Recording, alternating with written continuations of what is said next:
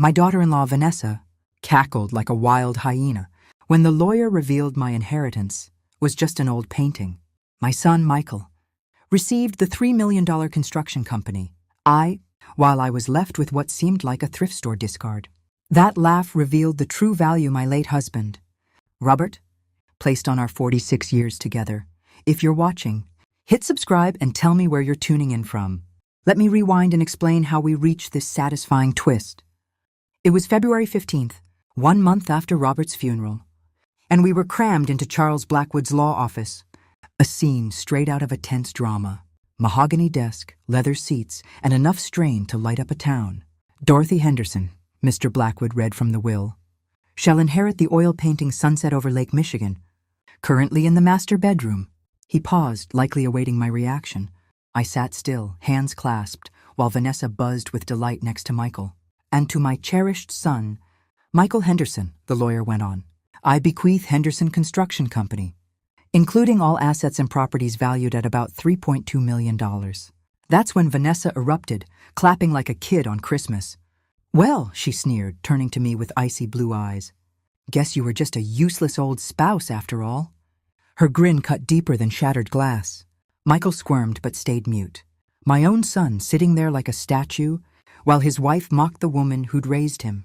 I'd juggled 2 jobs to put him through college after Robert's first venture tanked. I met her smug look with a calm, how intriguing. Oh, if only I'd known then what that painting would unveil to erase that smirk from her polished face. Mr. Blackwood coughed. There are additional provisions, but those are the key bequests. He handed me a key. This opens the safe deposit box with the painting and some personal items Robert wanted you to have. As we exited, Vanessa was on her phone, likely bragging to her mom. Michael walked beside me in silence until we hit the parking lot. Mom, he began, but I raised a hand. Don't, Michael, just don't. I drove off, leaving him looking guilty but not guilty enough to act. Little did we know, Robert had gifted me the ultimate prize. He just didn't realize it.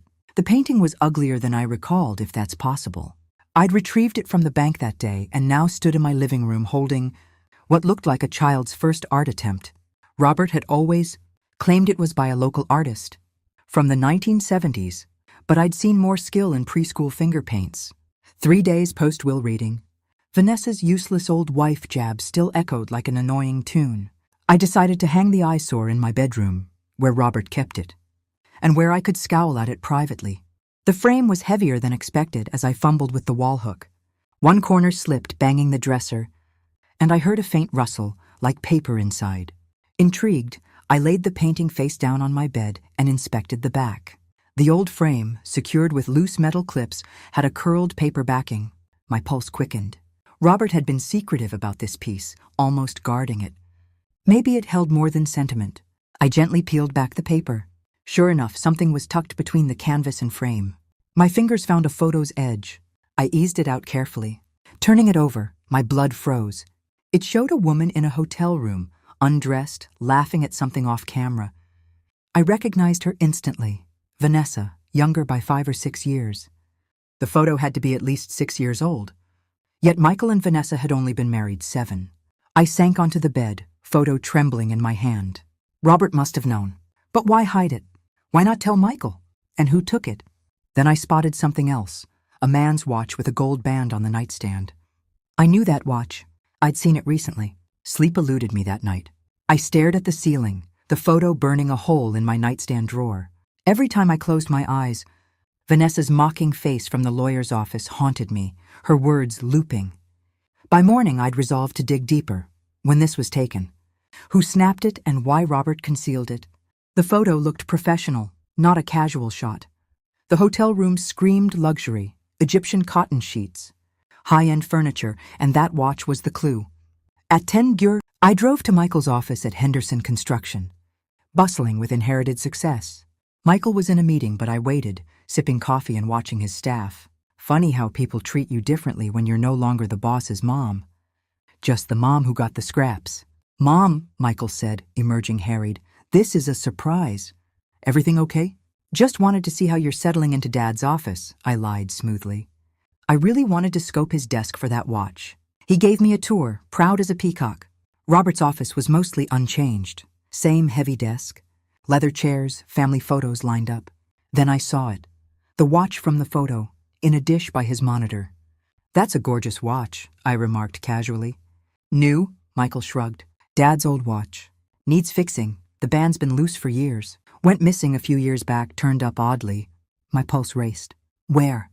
Vanessa found it at a hotel during a wedding. Must have fallen off at dinner. Lucky indeed.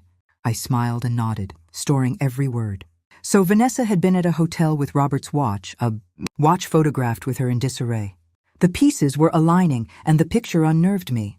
After leaving, I headed downtown. 3 upscale hotels near that wedding venue might hold answers. If I was right, someone was in for a rude awakening.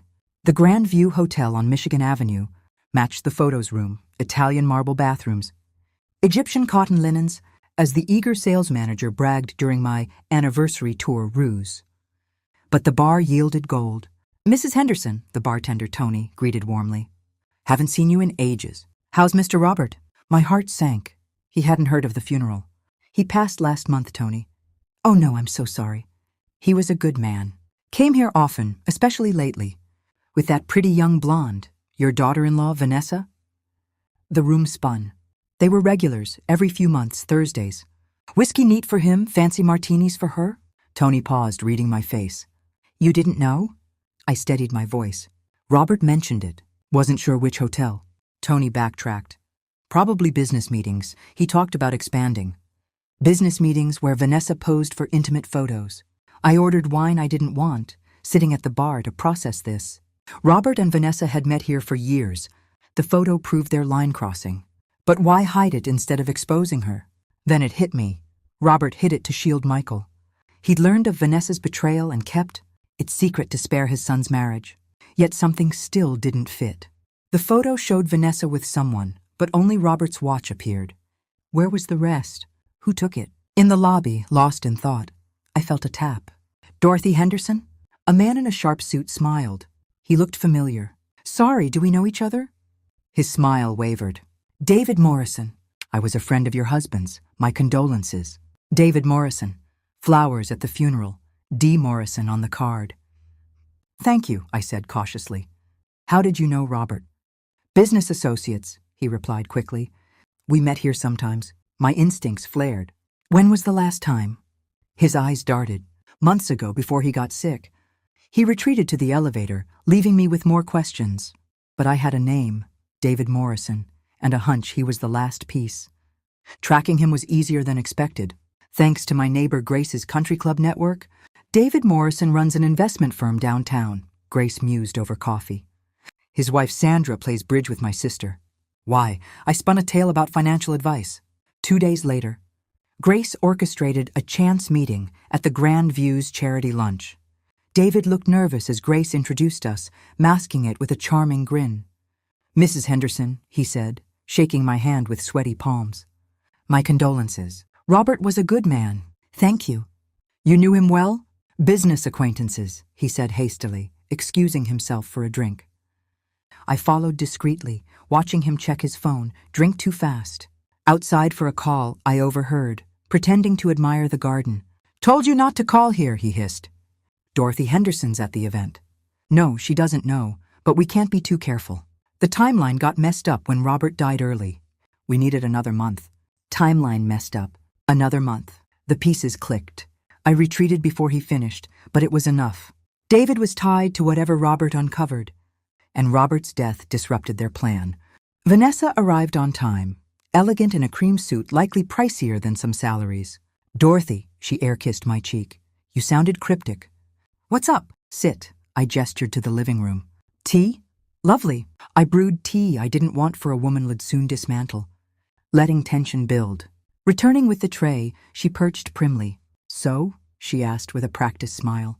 I set down the tray, grabbed a manila envelope and slid the photo onto the table. Her expression shifted instantly, fear and fury. Where'd you get that? She whispered. My inheritance, I said calmly. That ugly painting was worth more than we thought. She stared, then met my gaze with calculation. What do you want? I'd spent the weekend strategizing. I had copies of everything, the photo, David's records, Tony's statement. I'd been busy.